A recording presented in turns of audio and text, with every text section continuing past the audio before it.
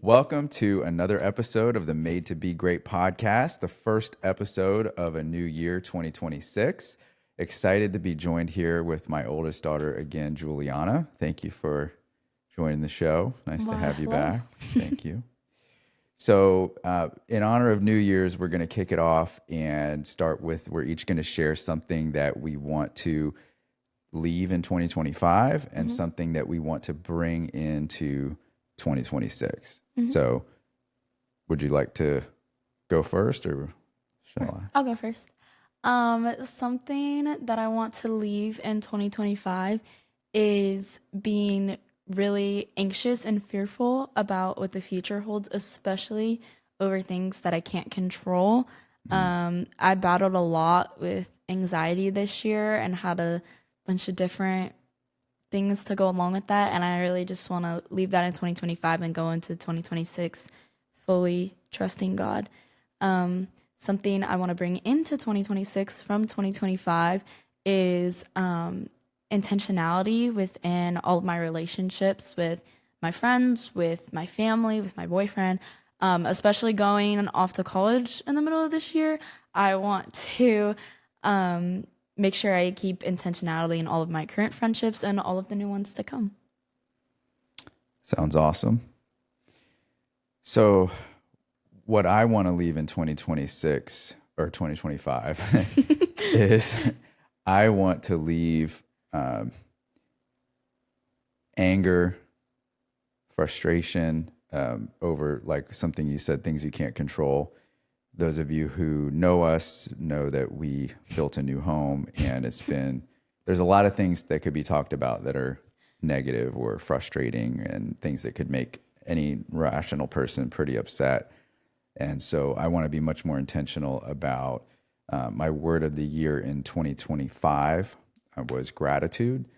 And because I feel like due to everything that had gone on with that build, it really got me off center of like my normal, like borderline annoyingly positive, like general nature, because there was so many things to like argue about and like try to deal with that were just not fun. And so I want to leave that in 2025 and in 2026 continue with gratitude, but also something that I came to when I was reflecting on in order to get where I want to go in 2026, what do I need to do? Who do I need to be? And something that kept coming up for my word of the year for 2026 is just to execute, just not to overthink, just to do things. Right. This podcast was an example of that. Just kind of like started doing it, learned as I went, had some great help from my producer sitting over here, Mr. Sterling. And it's been a lot of fun. And so in that line, I've seen this pop up on a couple reels lately, the black coffee theory. Have you heard of this? No. So the thing is like somebody walks into like a Starbucks or a coffee shop and says, there's a huge menu of things you could possibly order. And the person just says, I just don't want black coffee. And the person taking their order is confused because they don't know what they actually want. They just know that they don't want black coffee. And so if you were a bystander watching that person make their order, the only thing you would probably think about is black coffee because that's all they said. Right. But that's the one thing they don't want, but it's all they said. So the idea is like, be careful what you're saying and what you're talking about and speak more things that you do want instead of things that you don't want. Yeah. Because your mind, if I say don't think of a purple elephant, immediately your first thought is probably a purple elephant because that's all I said. Yeah. So like your mind doesn't hear the don't. Yeah. Like I don't want to think about a purple elephant. I don't want black coffee. Your mind it doesn't hear the don't. It just hears the thing. So when I think about like stuff I want to leave in 2025, it's that. It's all the stuff of, speaking things that I don't want. Right. And really getting more intentional about getting back to how I was before this whole thing with the move, about just speaking things that I want in my life and not things that I don't want. So I thought that was pretty interesting, fascinating, Yeah. like thing to think about, you know, Yeah. like, so black coffee theory. I thought that was pretty Interesting. cool. Yeah. There we go. Yeah.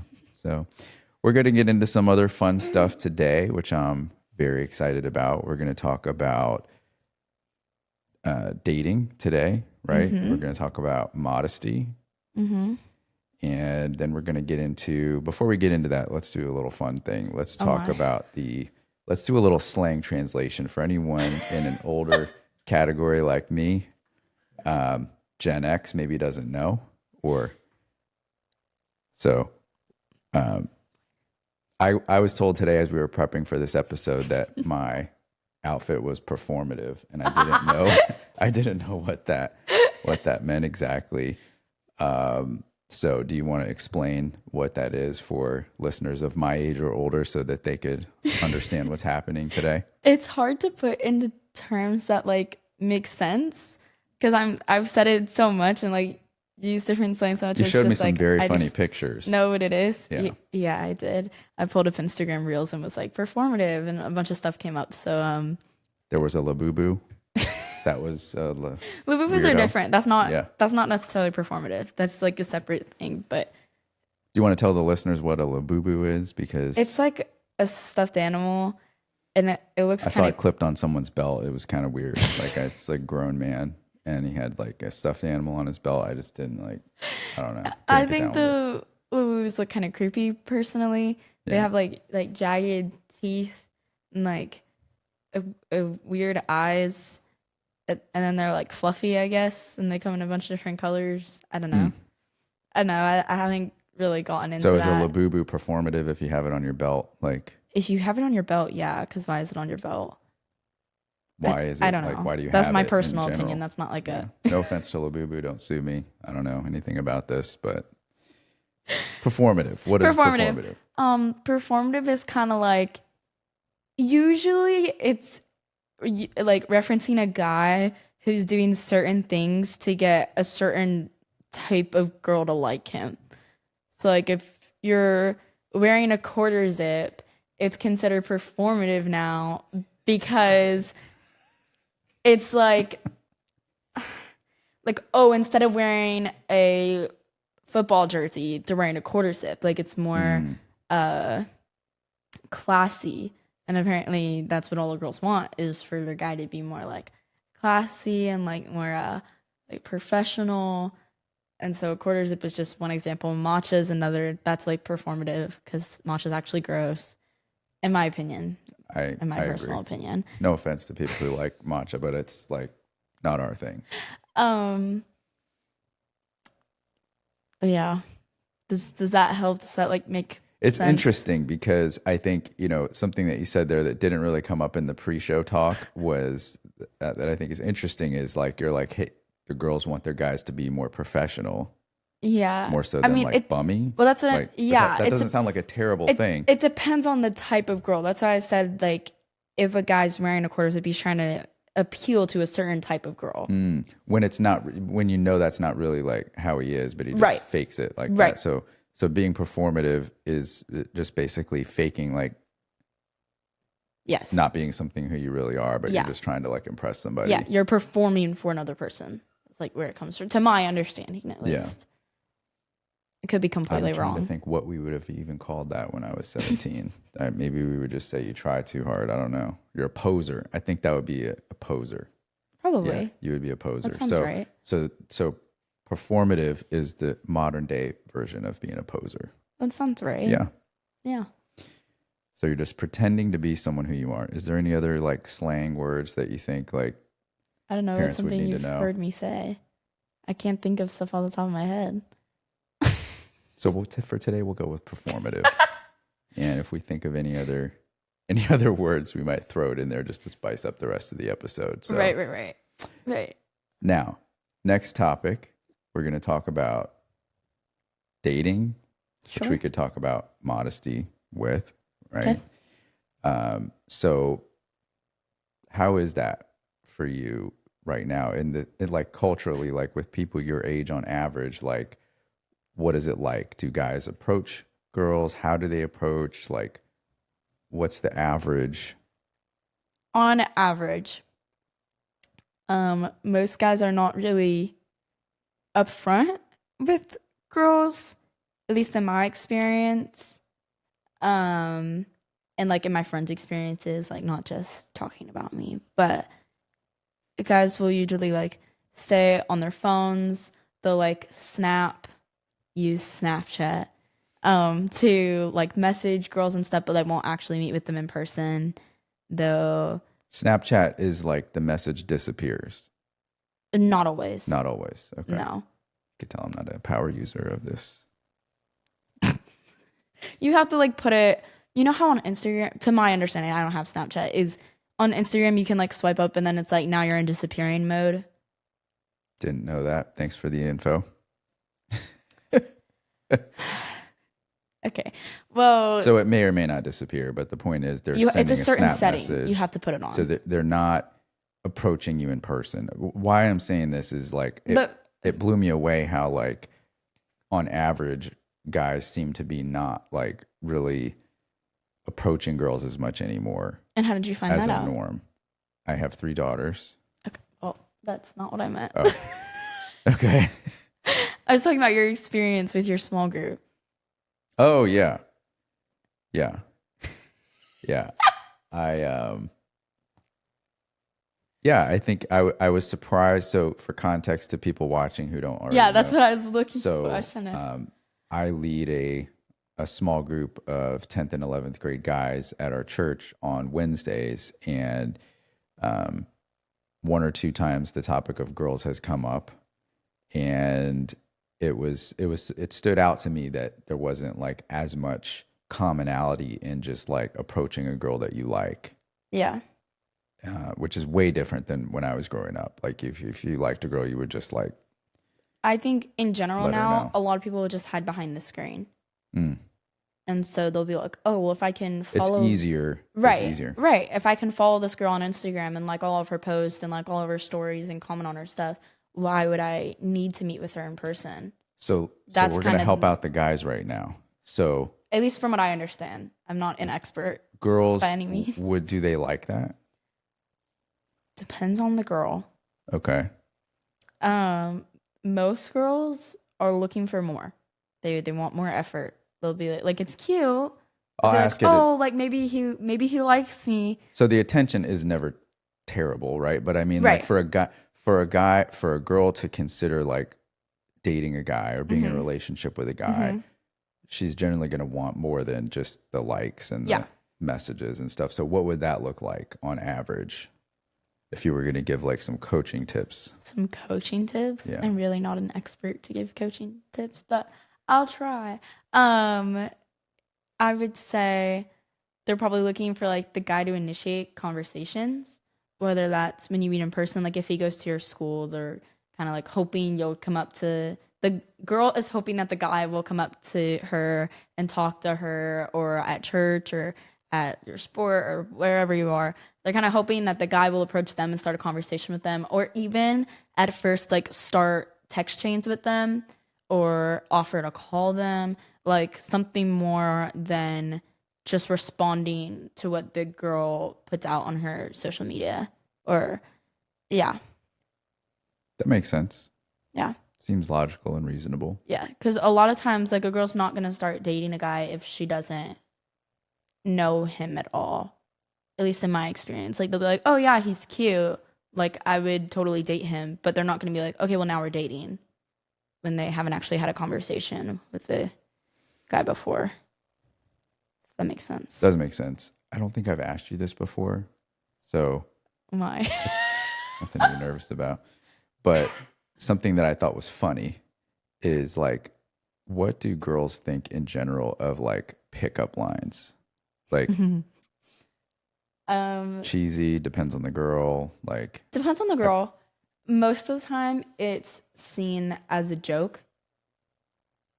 Like I will say a lot of girls think like pickup lines, like they're not genuine. Like they're like, oh, the guy doesn't actually think that about me. He's like making a joke out of liking me, or making a joke out of the idea of being with me because no one would want to be with me or something like that. Like they think like, oh, his friends dared him to do this and this is his like punishment. But also some girls will be like, oh, that was funny. Now let's actually talk. It doesn't usually, like, girls aren't usually like, oh my gosh, that was a great line. Now I'm in love with you and I want to ride off into the sunset. That's not usually the response in my personal experience, in my short life experience. I've always just thought they were kind of cheesy. I don't know. Yeah. I mean, it depends. Some girls like it, like, to be funny, but I don't think anyone really takes them, like, seriously. Yeah, that makes sense. Yeah. So something that I thought of during that thread of thought is, from a guy's perspective, is something that would help is like to try to get solid on who you are as a man and what your values are, where you want to go in life, get some stability emotionally, mentally, get a skill, get a career, so that you're not in a position to have to like try to fake things or pretend. Right. Yeah. Because I think a woman that's worthwhile, that is going to be a good partner, isn't going to respond to those kind of things. Yeah. Probably. Or she's not gonna like it. Yeah. Yeah. Yeah. Good thought. So, do you want to get into like a little bit of a controversial topic of modesty, or what some people might consider a controversial topic? What does that mean to your generation? If like, what comes to mind when someone says modesty? What's the opposite of modesty? Well, I think I can talk more on modesty than I can about dating. I will say that modesty is definitely something I feel more passionate about. Yeah, I'm trying to collect my thoughts together. Modesty, the first thing that comes to mind is clothing, which I think is pretty common. Like a lot of people are like, oh yeah, when you say modesty, I think of clothing. But I think it can be more than clothing. I think it can be how you generally present yourself, like how you sit, how you talk. Do you use what's the word? I guess inappropriate or provocative. There's a different word for like a curse word. Scandalous. No, whatever. Profanity. That's the word I was looking for. If you're talking with a lot of like profanity, some people might be like, oh, well, I don't know if I would say that's modest. When I think of modest, I think of like someone who is like professional. I think of modesty and professionalism in the same sense from a general societal aspect. But when I think of modesty in more of a spiritual meaning, I think it is a lot more about how you carry yourself. And like, I think modesty relates a lot to one's self-respect and how you respect your own body, how you respect yourself. And kind of, I feel like what would be considered a version of self-love, because if you are respecting yourself, that is loving yourself. That's not putting others down. That's not ignoring other people to love yourself, but that is doing, like, taking care of the body that God gave you and what that means, I guess. Yeah. Yeah, I have, as previously stated, I have 3 daughters, and I generally don't love a lot of rules, because I think... You never like rules. Yeah. That could be a whole other episode, okay? That's because he was always a rule breaker. I feel like... I've heard. That's true. That's definitely another podcast. But I think when I think about it in the context of modesty, and for the people listening, this is in the line of a Christian worldview we're talking about in terms of modesty and how I grew up in the church. Something that bummed me out, and this is no shade to any particular church or organization, but you're 17, I'm 45. When I was your age, going to church, like a lot of the same rules and tactics and messaging, it was the same. And so it bummed me out that like 30-ish years later, there was no real advancement in like how we view and look at things, Right. in terms of modesty, because I think that what gets pushed out from churches and parachurch organizations a lot of What's a parachurch organization? For parachurch those who don't know? organization would be like a ministry, like a Christian ministry, or like a camp, like a summer camp that's not like a church, but it's like an organization that puts Right. on like Christian events. Yeah. So I think when you get into like where there's like a 10-page handbook on what the rules are, and that's not actually an exaggeration, Yeah. it's like feels very performative to use Oh some my of our gosh, vocab that is from not how earlier. you would use that. I know, but it is, because you're basically like, hang with me though. But what we're Hanging. saying is, Hanging. You were made to be great. Don't settle for less. You were made to be great. Don't settle for less. You were made to be great. Don't settle for less. You were made to be